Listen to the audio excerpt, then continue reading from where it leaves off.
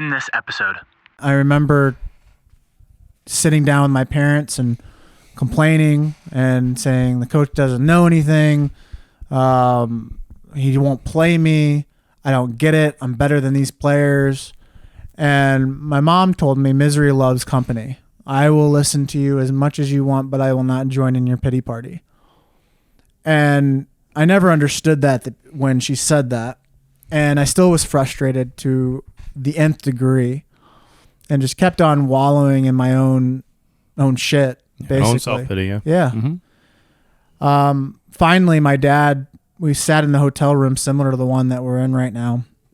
And we had literally a heart-to-heart conversation. My dad, my mom, me. And he said, how are you going to get out of this mentally? And I said, well, what do you mean? Well, we just need to change teams. He's like, no, we've already spent the money, and this is probably the best lesson that you will ever learn in your life. How are we going to get out of this?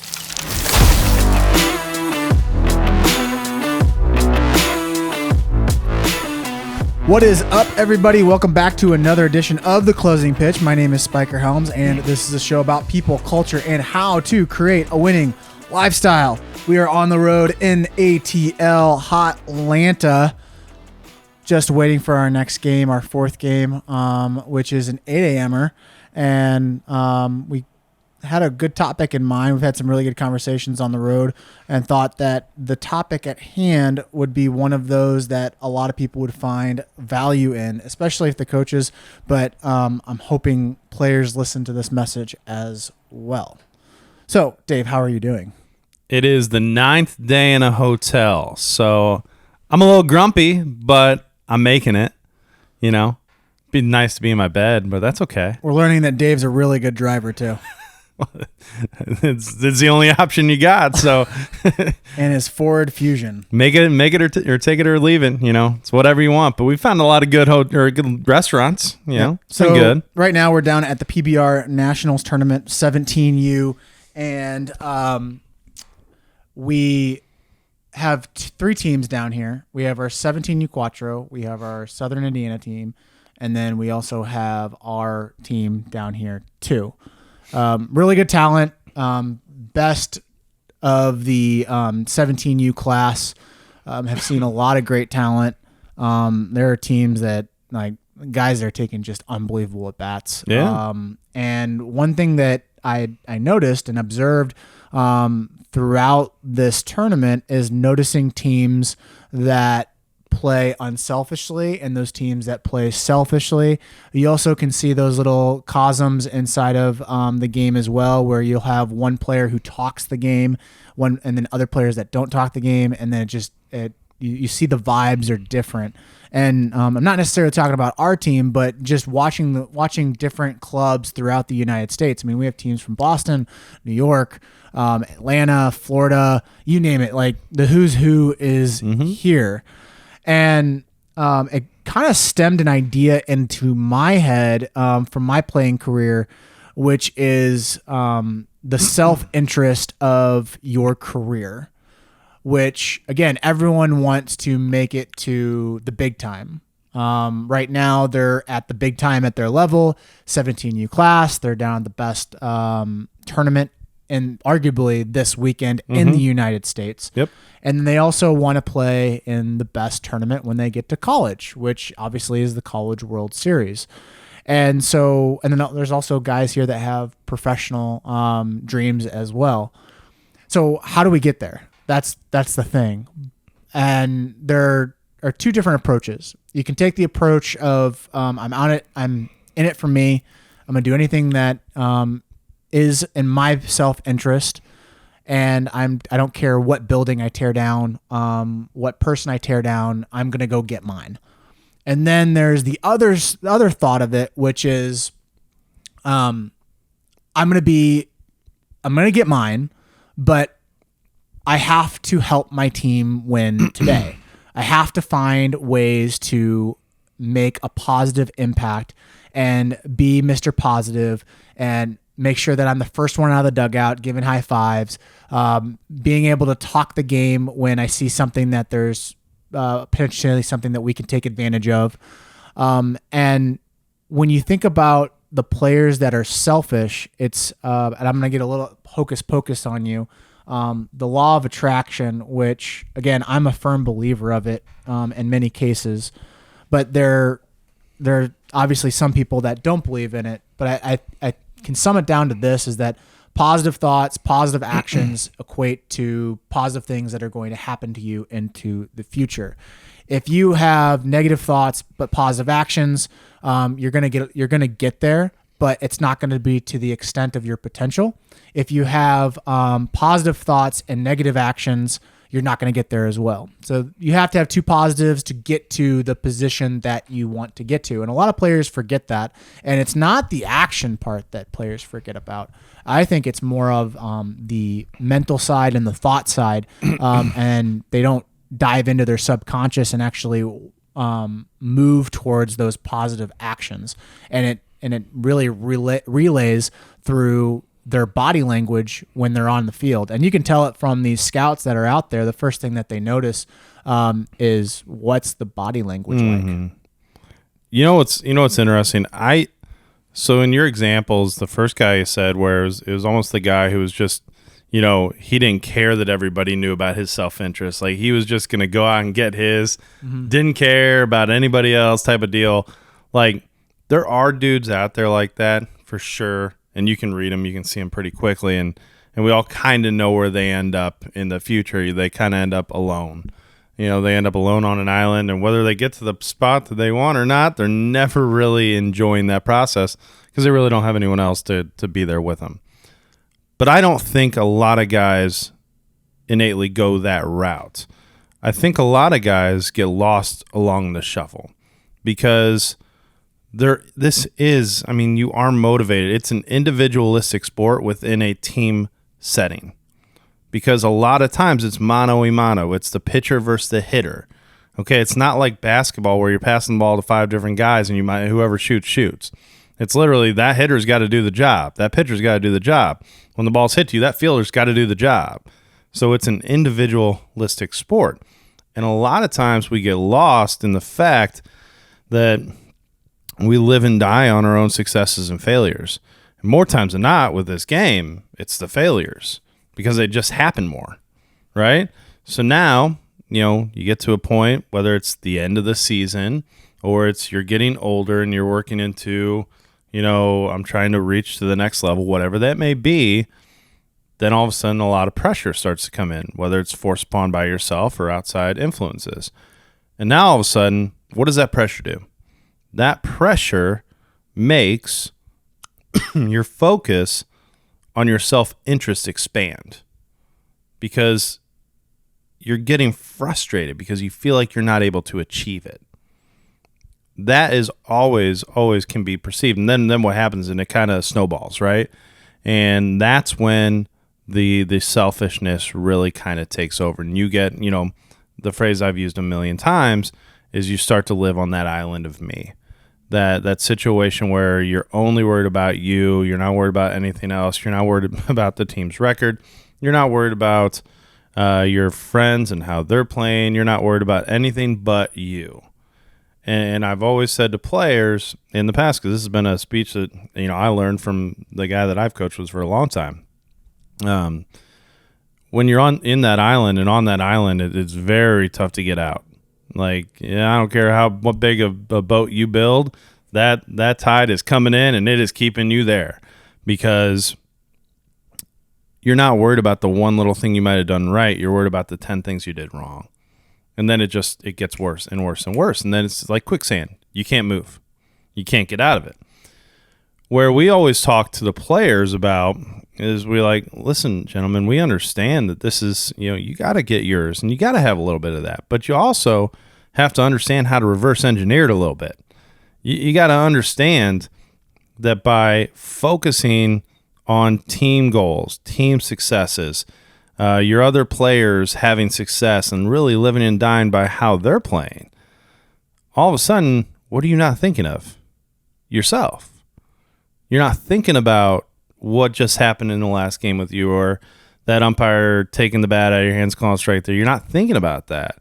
Now, when you're not thinking about it, what happens? You play freely, you play easy, you play with very little effort, and then all of a sudden it's bam, bam, bam. You're back and running. You're doing your thing, right?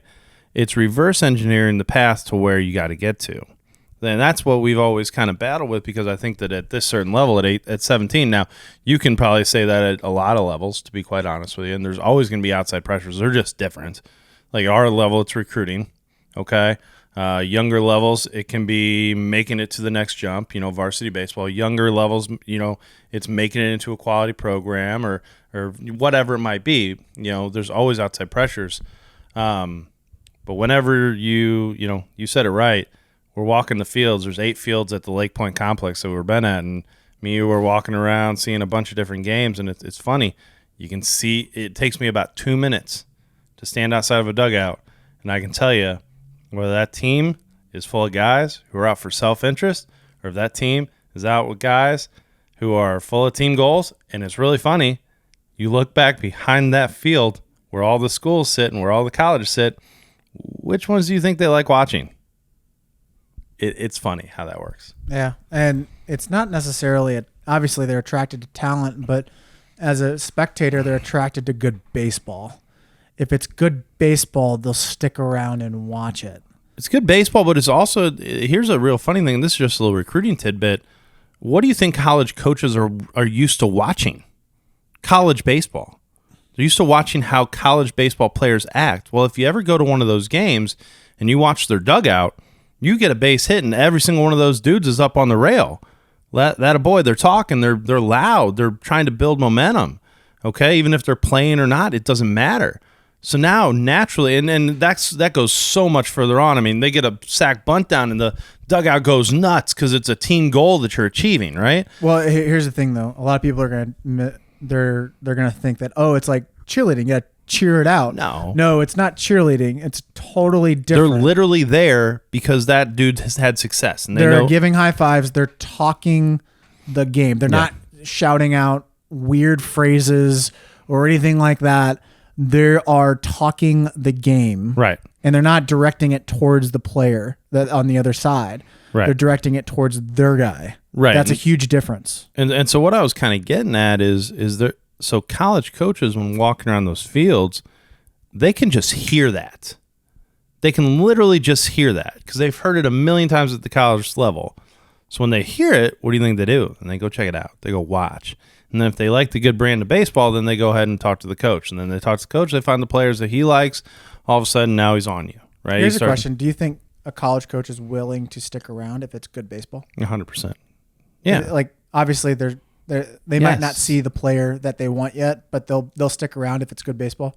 Well, to a certain extent, yeah. I mean, let's be totally honest. I mean, if there's not a player on the field that's for them, they're not just going to stick there because they love the game of baseball. But you'll get longer out of them. They'll be willing to literally. I'll tell you. I'll say it the other way. If they see bad body language and all a bunch of selfish dudes out there, the other way. They'll get their bags quicker than you know, and they'll go find someone else because they don't have time for it. They literally have no time for it. There are thousands upon thousands of kids out there, and they can sniff that out so fast. I mean, it's crazy, so fast, and they won't go. So then the question is, how do you get outside of the island of me? How do you actually dig yourself out of that? I have an answer, but I'd like to hear yours. It's tough because I think there's 3 possibilities that I've seen happen. Okay, off the top of my head, with a player who's on that island. Okay, one, and this is unfortunate, but the player never comes off that island. That player will blame everybody around him. That player will never see fault in his own. That player has a tough time listening because all they are doing, and it's not because they don't want to listen. It's because at that moment in time, they can't. They are so wrapped up in themselves and their issues and their struggles and their insecurities. And everything that if they were to just let that all go and give in and listen, they'd feel like they're too vulnerable at that point. Do you know what I'm saying? So like that for sure happens. And then unfortunately, the story goes is that player probably doesn't play the game much longer, moves on to something else, unfortunately, okay? 2, the player ends up failing so much that, because it never just happens. I mean, I'm not saying never, but sometimes that player just comes out of a slump and stays on the island of me and does well. I mean, it happens. But I'd say more times than not, that player will end up failing so much that they just get tired of it. And then finally that vulnerability will come out. Well, that lesson's not learned. That lesson won't be learned yet. They'll learn it down. They'll learn it later in life. But they'll only have to learn it through failure. Yeah. Like you learn a lot through failure. Everyone's going to get that lesson of the island of me at some point. That is a true thing. I mean, you will learn so much more from failure than your successes. It's so true. So that'll happen. Or the third thing is you kind of have a quick little self-reflective moment. I've had this where, I think when we're talking to a team of 16 to 20 guys, and inevitably every year this speech is going to come out and I talk about it, okay? I think about 1 or 2 always get it right away because they're either very good at self-reflecting, they're very good at putting context in their own situation and being like, am I doing that? Hold on, let me look back. Some of the tendencies coach said, some of the things I'm exhibiting, I'm saying those things, I'm doing that. And then all of a sudden they work at trying to be a better teammate. They work at that side of the game. They work at, doing the little things that help the team succeed. And then all of a sudden, without doubt, this happens every time, you wake up 3-4 weeks later, your average is plus 60. Your ERA's dropped a full half point. Your strikeouts have gone up on the mound. Your strikeouts have gone down at the plate. And these things start to take care of themselves because you're not living and dying on every play. When you're on the island of me, you have to understand the amount of pressure that you put on yourself of every single play is an unsustainable amount. It will ruin you as a baseball player. It'll ruin you as an athlete, period. Probably it'll ruin you outside of that too. But, if all of a sudden, you field every single ground ball in pregame and in the practices where there's no pressure, you're the stud out there. You're making all the plays. But when that's game time, those stats count, and you got a little eyeballs on you watching, all of a sudden, when you're on that island of me and that ball's hit you, something happens. You start to get a little tense because all of a sudden this play is not a play you've made 1,000 times before in your life, and it's no big deal. This play is very, very, very, very important. Then all of a sudden, now that's when it gets hard. All of a sudden, the transition gets hard. The throw gets a little bit different. We grip the ball a little bit tighter. We throw it a little bit harder, and it flies. And now we're back to square one. That happens a ton of times. Or we make the simple situational at bat, Game 7 of the World Series, bases loaded in our head because we're desperate for that one outcome to go our way, and we're so focused on that one outcome that you're putting way too much on it. And then again, I've seen this, it goes wrong, and then the bad body language comes out. The teammates see that. You lose them. It sucks. The question, though, is how do you get out of it? And the only story that I can come up with, and I've been there, and it's funny because it happened during my 17U season, similar club. Mm-hmm. I think I've talked about this story early in the podcast, but I was so wrapped up into myself, and I ended up sitting the bench majority of the time. Mm-hmm. And I remember sitting down with my parents and complaining and saying the coach doesn't know anything. He won't play me. I don't get it. I'm better than these players. And my mom told me misery loves company. I will listen to you as much as you want, but I will not join in your pity party. And I never understood that when she said that. And I still was frustrated to the nth degree and just kept on wallowing in my own shit, basically. Own self-pity, yeah. Yeah. Mm-hmm. Finally, my dad, we sat in the hotel room similar to the one that we're in right now. And we had literally a heart-to-heart conversation. My dad, my mom, me. And he said, how are you going to get out of this mentally? And I said, well, what do you mean? Well, we just need to change teams. He's like, no, we've already spent the money, and this is probably the best lesson that you will ever learn in your life. How are we going to get out of this? I'm like, well, this guy sucks. Well, we know he sucks, but how are you going to get out of this? Well, the shortstop's not even that good. I could totally play. I get it. Shortstop's not good, but how are you going to get out of this? I said, well, I just need an opportunity. Well, how are you going to get an opportunity? I said, I don't know. He goes, you need to start being more positive. And he ended up giving me a couple books to read during that year. And this was like week 3. Mm-hmm. I read the first book, read it in a week, read the second book.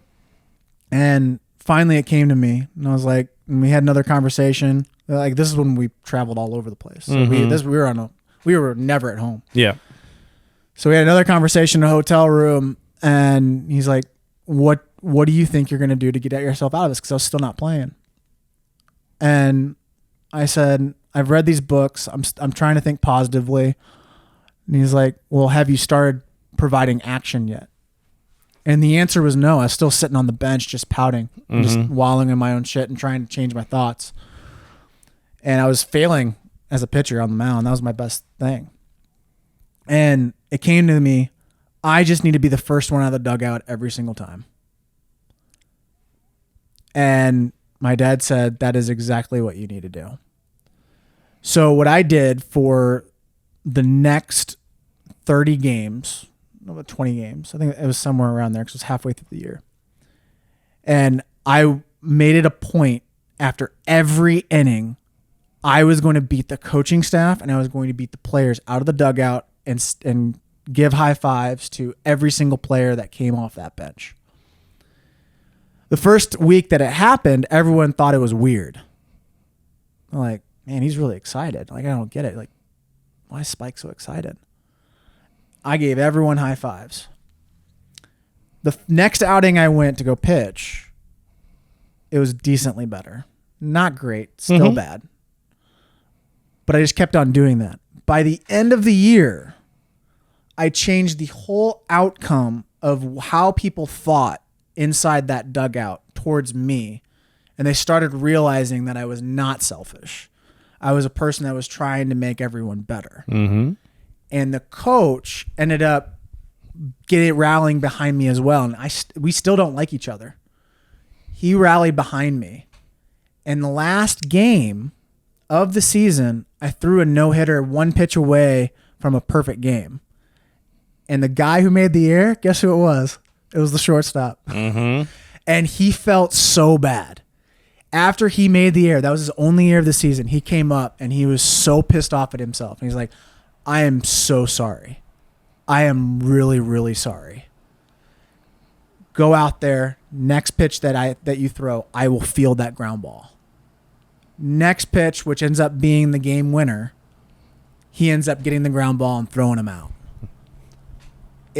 Once that happened, it changed everything. It was like a huge unlock for me. And I end up becoming the guy that was the most vocal. I end up becoming the guy that would give high fives. I was trying to be positive Pete whenever I can, even when guys would hate me for it. And it changed how I viewed the team and viewed myself as a player, and which has carried me over into my work life.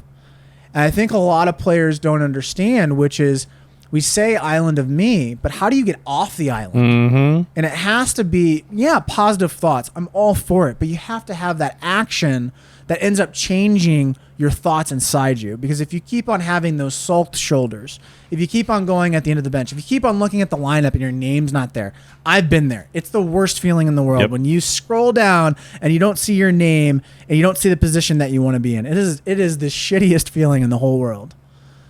But being able to say, looking at that lineup and be like, all right, let's roll. I got this. Inning by inning, pitch by pitch. I'm going to make sure I'm positive. I'm going to go out there. I'm going to be the first one out. I'm going to give high fives. And we're going to see where the dice rolls after that.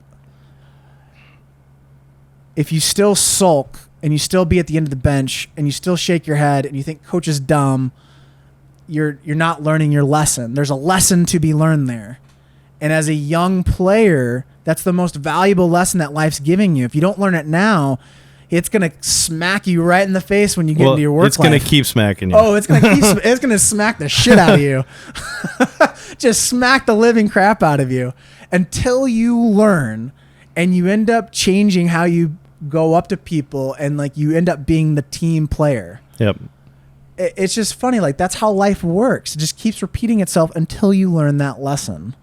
And as a person that plays sports, you should be really happy because you get more opportunities than anyone else to learn that lesson. And when you learn it, it becomes a lot easier down the road. You recognize it right away, and you're like, got it. I know what to do here. And you end up getting the promotion. You end up getting the opportunity. You end up getting the potential to pitch somebody for your business. Yep. You get everything goes your way. You're not wrong. I mean, it's it's funny because it will absolutely keep hitting you over and over and over, and you will not ever wonder why it won't stop until you provide that one action. And my question to you throughout that whole story, because I was listening, and how much easier after providing that action for like 2 weeks, how much easier was it to take the mound? Oh, it was like it went into a position of all I have to do is this. You were able to simplify. Yeah. All I have to do is go out there. And it was bad. I remember the second weekend we were in Memphis, and I was so excited because there was a bunch of scouts that like Virginia Tech was there, Arkansas, like it was like who's who. It was awesome. And we were on the big field, and I got the ball for that game, and I imploded. First inning, I walked 4 guys in a row. I ended up getting out of it. Second inning, I came out, and then the same thing happened. I hit a batter, which was like I was more of a guy that was location, have a 2-seam run, cut her away, and just rolled through lineups. And it was like just God smacked me in the face and said, "You're about to learn a real valuable lesson, Spike, and you're not going to get out of this inning." It was just demoralizing. And then like the next week, I went to Arkansas and I let up a bomb that was 450 feet. It just felt like it was forever. It was on University of Arkansas's field. But that's what I'm saying. It was miserable. That's what I'm saying. Like one simple action and your ability to repeat it all of a sudden took what seemed to be a very complicated, hard, confusing game to a situation where now it was a lot less confusing. The weight was off your shoulders, and you were able to be a free athlete again and play a game with the love that you had. That's what we're talking about. That's the microcosm and the example of what we're talking about in this episode. That it is about as simple as that. The complexity part is 2 things. When you're in that area, you don't know it as much. You don't think you're that guy. You're blinded by it. You're blinded. You're blind. You You're have like, no idea. It's that guy, not me. You have no idea. You don't know you're that guy. And the crazy thing is, guys, that I didn't get recruited out of that season. Like that was the main thing. Like I was so pissed because I wasn't getting recruited, but I wouldn't change that experience for anything because it prepared me for when I got to junior college and I ended up being the dude. Like it taught me how to learn, how to actually get through those tough times. And because what happened was the same thing repeated my fall at Missouri State. At Missouri State, I was not slated as the starting right fielder or the second baseman or the center fielder. I was grinding it out, and I think I went 0 for 20 in the fall, and I thought I was seriously on the chopping block for my scholarship to get removed. Like, hey, Spike, it was nice knowing you. See you later. Right. Have fun. Luckily, what happened was I was positive Pete. I learned how to get away from that island of me and just being in self-pity and waddling in my own shit. I started like being very positive, and you learn how to notice it quicker. Yeah, and shockingly, what happened was the teammates, my fall, I was in the running for captain, even though I was doing so bad. I didn't get it. My senior year, I got captain, but like a junior college guy coming in the fall, doesn't know the program, no one knows who he is, and they were still willing to vote me in as a potential captain.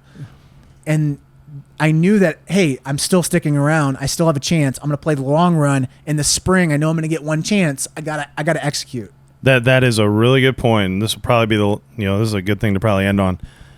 That point right there, where you were able to notice it so much faster and not dig yourself into that hole again. Yeah. Every single time from here on out, after you recognize it the first time and provide action the first time, you get really good and quicker and quicker and quicker at eliminating those thoughts.